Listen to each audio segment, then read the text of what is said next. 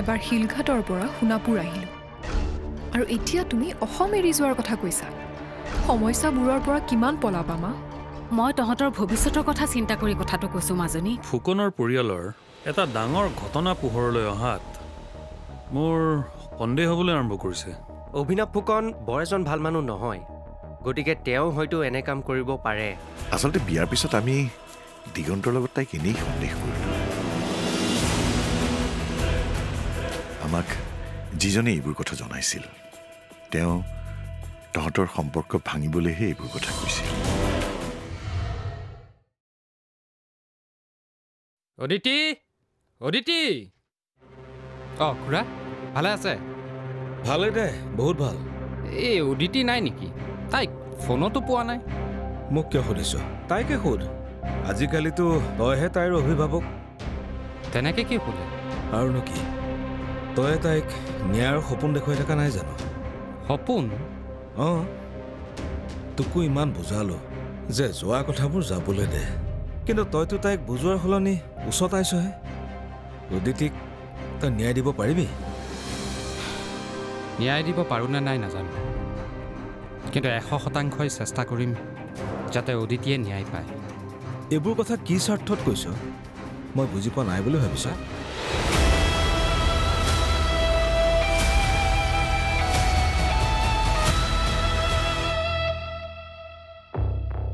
কি ক'লা আকৌ কোৱাচোন মাহঁতে আকৌ অদিতিক ঘৰলৈ অনাৰ কথা ভাবিছে কি কিন্তু কিয় সেইটো মা দেউতাই গম পাব আৰে যিজনী ছোৱালীৰ লগত নীৰৱৰ ডিভোৰ্চৰ কথা চলিছিল হঠাৎ সিদ্ধান্ত সলনি হৈ অদিতিক ঘৰলৈ অনাৰ কথা ভাবিলে কিয় কি হ'ল একো নকলা যে মই কেনেকৈ জানিম তাৰমানে তুমিও কথাবোৰ সহজভাৱে লৈছা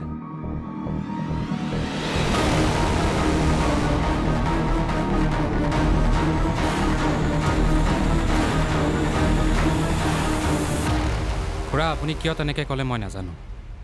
কিন্তু কথাষাৰ আপুনি বেয়াকৈ ক'লে মই অদিতিক সহায় কৰিবলৈ অহাটো হয় কিন্তু ইয়াত মোৰ একো স্বাৰ্থ নাই একো স্বাৰ্থ নাথাকিলে তই ইয়ালৈ আহোঁ আপুনি হয়তো ভাবিছে যে মই অদিতিৰ এই নিউজটো টিভিত বজাবৰ কাৰণে ইয়ালৈ অহা যোৱা কৰিছোঁ তেনেকুৱা একো নহয় দেশত বাতৰিৰ অভাৱ হোৱা নাই মোৰ এইখিনি কষ্টৰ বাবে তাই যদি ন্যায় পাই পাওঁ এইটোতো একো বেয়া কথা নহয় এনেকুৱা কথালৈ ইয়ালৈ নাহিবি দিগন্ত পুৰণা কথাবিলাক খুচৰি থকাৰ মোৰো ইচ্ছা নাই তই যদি একো স্বাৰ্থলৈ ইয়ালৈ অহাই নাই তেতিয়াহ'লে অদিতিক এতিয়াৰ পৰা তই বুজাবি খুৰা মই আপোনাক এনেকুৱা বুলি ভবা নাছিলোঁ আপুনি কি কৈ আছে নিজেই ভাবিছেনে আগতেও আপুনি সমস্যাৰ পৰা পলাই ফুৰিছিল আৰু এতিয়াও পলাই ফুৰিছিল ভাবিছিলোঁ মই অদিতিক নিস্বাৰ্থভাৱে সহায় কৰিবলৈ অহাৰ কথাটো আপুনি ভাল পাব ওলোটাই মোক বেয়াহে পাইছে বৰ আচৰিত মানুহ দেই আপুনি দিগন্ত দা দেউতা এনেকুৱাই দেউতাই কেৱল নিজৰ কথাহে বুজি পায়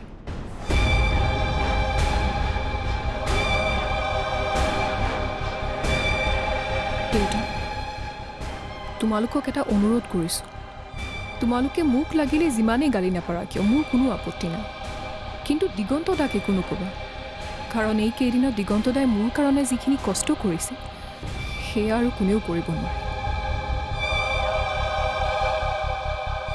এতিয়া চোৱা দিগন্ত দা মোৰ কাৰণে শিলঘাট যাবলৈ ওলাইছে মোৰ লগত হোৱা ঘটনাটোৰ বিষয়ে তাৰে মানুহবিলাকৰ লগত সোধপোছ কৰিবলৈ তেওঁলোকৰ মতামত ল'বলৈ কিমান যে কি কষ্ট কৰা নাই সেই দিন মই কেতিয়াও পৰিশোধ কৰিব নোৱাৰিম দেউতা হয় নেকি খুৰা এইবোৰ কথা আপুনি ভাবি নাথাকিব আমি সকলোৱে একলগ হৈ থাকিলে ফুকনে আমাক একো কৰিব নোৱাৰে গোটেই ঘটনাটোৰ ক্ষেত্ৰত আপুনি মোক ক'ব লাগিব কেমেৰাৰ সন্মুখত এদিন ক'ব মই সেইবোৰ একো নকওঁ মোৰ পৰা একো আশা নকৰিবি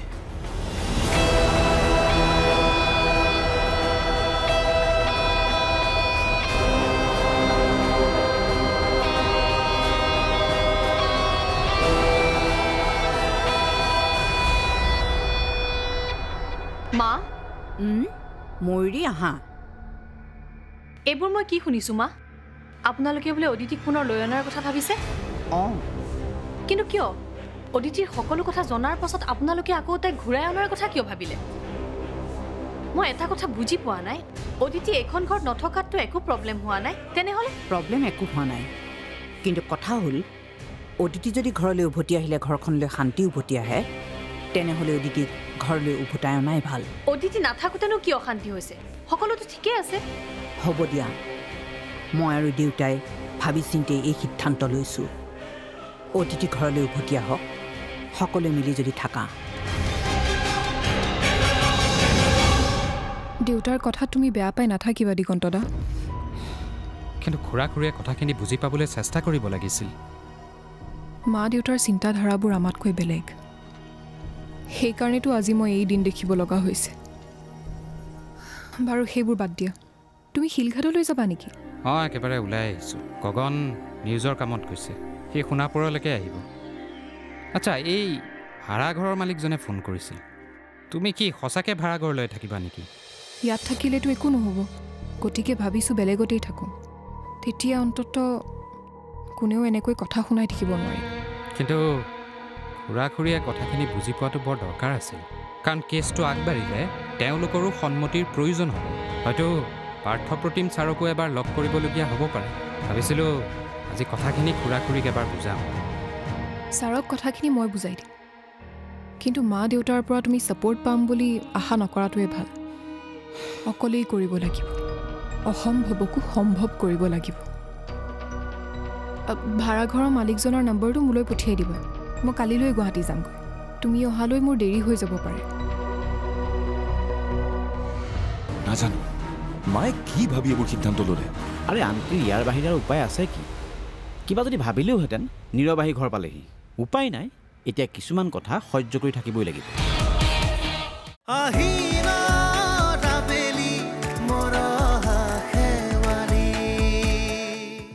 মা আপোনালোকে অদিতি ইমানখিনি কথা জনাৰ পাছতো অদিতিক ভাল বুলি ক'ব পাৰিছে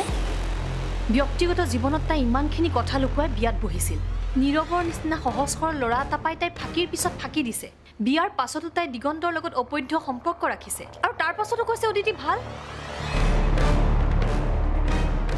মা আপোনালোকে ভুল সিদ্ধান্ত নল'ব নীৰৱৰ ভৱিষ্যতৰ কথা ভাবক এতিয়াও সময় পাৰ হৈ যোৱা নাই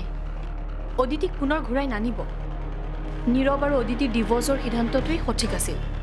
আপুনি নীৰৱক বুজাওক মা প্ৰয়োজন হ'লে ময়ো বুজাম কিন্তু আপুনি ভুল সিদ্ধান্ত নল'ব আমি নীৰৱৰ কথা বেলেগকৈ ভাবিম অদিতি নীৰৱৰ জীৱনত নাথাকিলে একো সমস্যা নহয় সময়ৰ লগে লগে নীৰৱেও অদিতিৰ কথা পাহৰি পেলাব হ'ব ময়ূৰী এইবোৰ কথা আমি পাছত পাতিম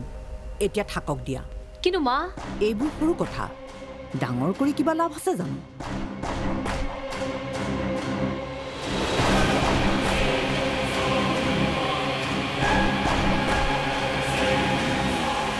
নীৰৱ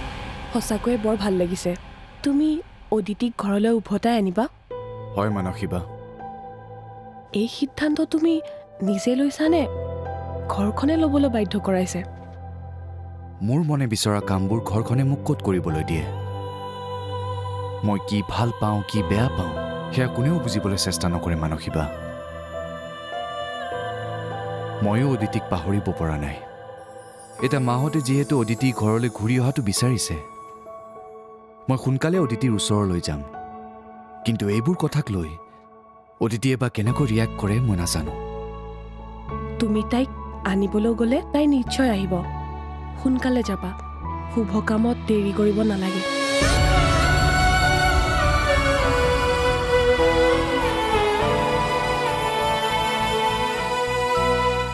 মাহঁতৰ কিছুমান সিদ্ধান্ত মোৰ একেবাৰে ভাল নালাগে অদিতিক ঘৰলৈ উভতাই অনাটো এইটো কেনেকুৱা ধৰণৰ সিদ্ধান্ত আৰু এতিয়াতো মাহঁতে অদিতিৰ সকলোবোৰ কথাই জানে অদিতি ইয়াত থাকিলে এইখন ঘৰত মই কেনেকৈ থাকিম আৰু অদিতিক ঘৰলৈ উভতাই আনিলেই কি সকলো প্ৰব্লেম ছল্ভ হৈ যাব অদিতিয়ে কথাবোৰ নীৰৱক ক'ব নীৰৱ আৰু মোৰ মাজত শত্ৰুতা বাঢ়িব লাহে লাহে এইবোৰ কথা ময়ূৰীয়ে গম পাব আৰু ময়ূৰীয়ে এইবোৰ কথা গম পালে তাই মোৰ লগত কেতিয়াও নাথাকে নাজানো মায়ে কি ভাবি এইবোৰ সিদ্ধান্ত ল'লে আৰে আনকি ইয়াৰ বাহিৰে উপায় আছে কি কিবা যদি ভাবিলেওহেঁতেন নীৰৱ আহি ঘৰ পালেহি উপায় নাই এতিয়া কিছুমান কথা সহ্য কৰি থাকিবই লাগিব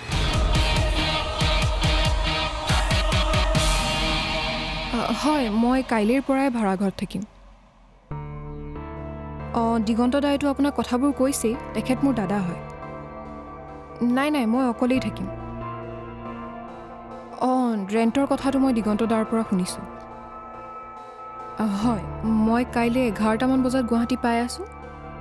ঠিক আছে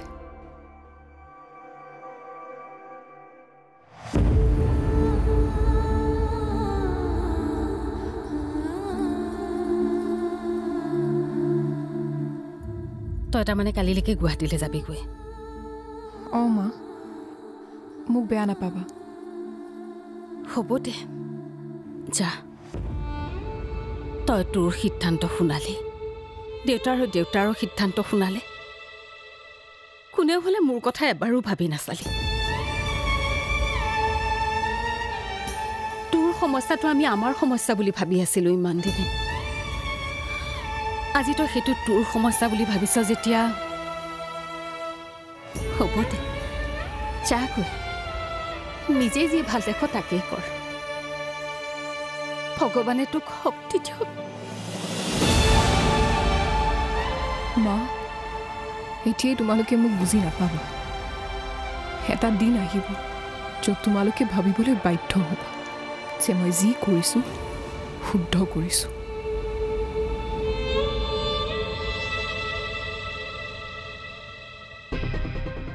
ঐ তই মোক ইয়াত বহাই থৈ অতিথি ঘৰত সোমাই আছিলি ৰ গৈ পাওঁতে খুৰাই যিখন নাটক কৰিলে আহ কেনেকৈ কি হ'ল আমি এইবোৰ কৰি থকাটো খুৰাই ভাল পোৱা নাই মানে মই শিলঘাট যোৱাৰ কথা শুনি আৰু বেছি খং উঠিছে তেনেহ'লে কি কৰিবি এতিয়া আমি আমাৰ কৰিবলগীয়া কামখিনি কৰিবই লাগিব মুঠতে অতিথিৰ হৈ মাত মাতিলে এদিন খুৰা খুৰীয়েও বুজি উঠিব ঐ এতিয়া দেৰি হৈছে সোনকালে যাব লাগে আমি এবাৰ ৰুমত সোমাই যাম অঁ ব'ল ব'ল নীৰৱ বৌ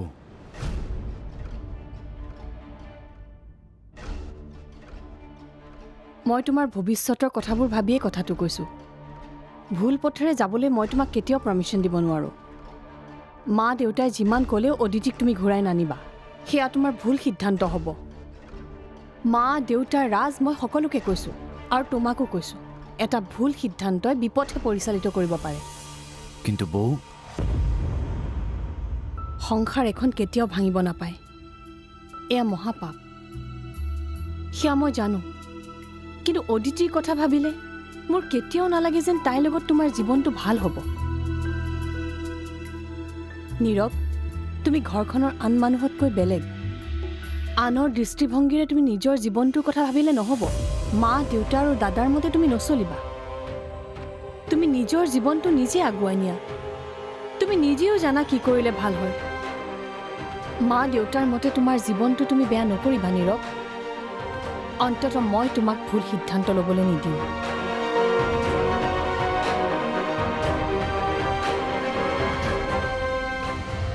ভণ্টি তয়ো মোক এনেকৈ ক'ব পৰা হলি আনে মোৰ সমস্যাবোৰ নুবুজে নালাগে কিন্তু তই মোৰ নিজৰ ভণ্টিজনী হয় যেতিয়া নিজৰ আপোন মানুহে পৰ হৈ যায় তেতিয়া জানো আনক বিশ্বাস কৰি লাভ আছে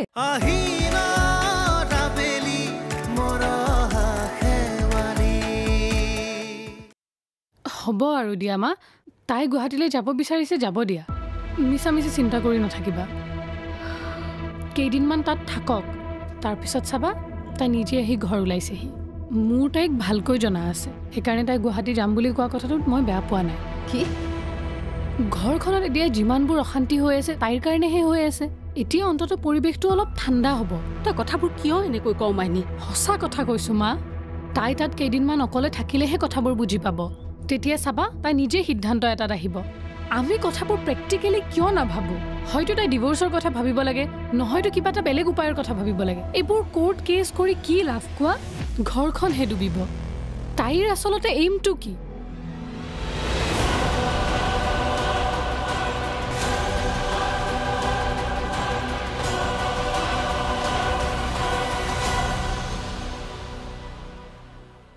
নীৰৱ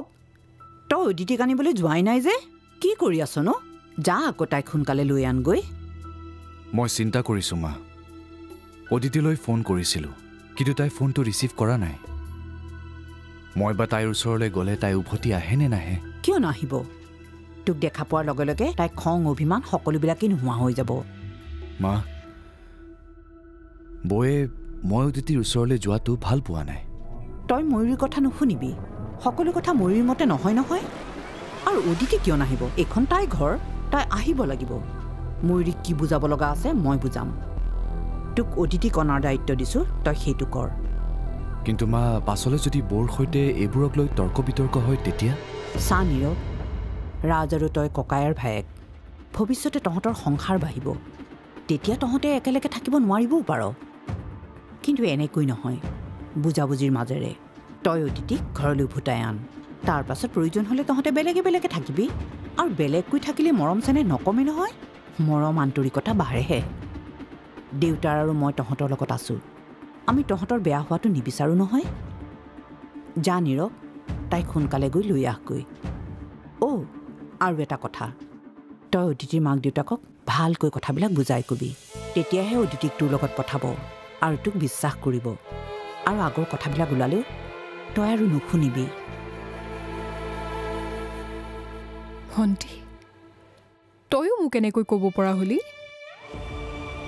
আনে মোৰ সমস্যাবোৰ নুবুজে নালাগে, কিন্তু তই মোৰ নিজৰ ভণ্টিজনী হয়। যেতিয়া নিজৰ আপোন মানুহে পৰ হৈ যায়, তেতিয়া জানো আনক বিশ্বাস কৰি লাভ আছে? নহয় মাজনী, তই বেয়া নাপাবি। তাই আচলতে এনেই। হ'ব মা, তুমি মোক বুজাব নালাগে। তাই কোৱা প্ৰতিটো কথাই মই শুনিছোঁ। মই বুজিছোঁ মোৰ সময়ে বেয়া। এতিয়া আনকটো বাদে নিজৰ চাহটোকো বিশ্বাস কৰিব নোৱাৰি। হ'ব দিয়া, মই আজিয়েই গুৱাহাটীলৈ গুচি যাওঁ। মাজনী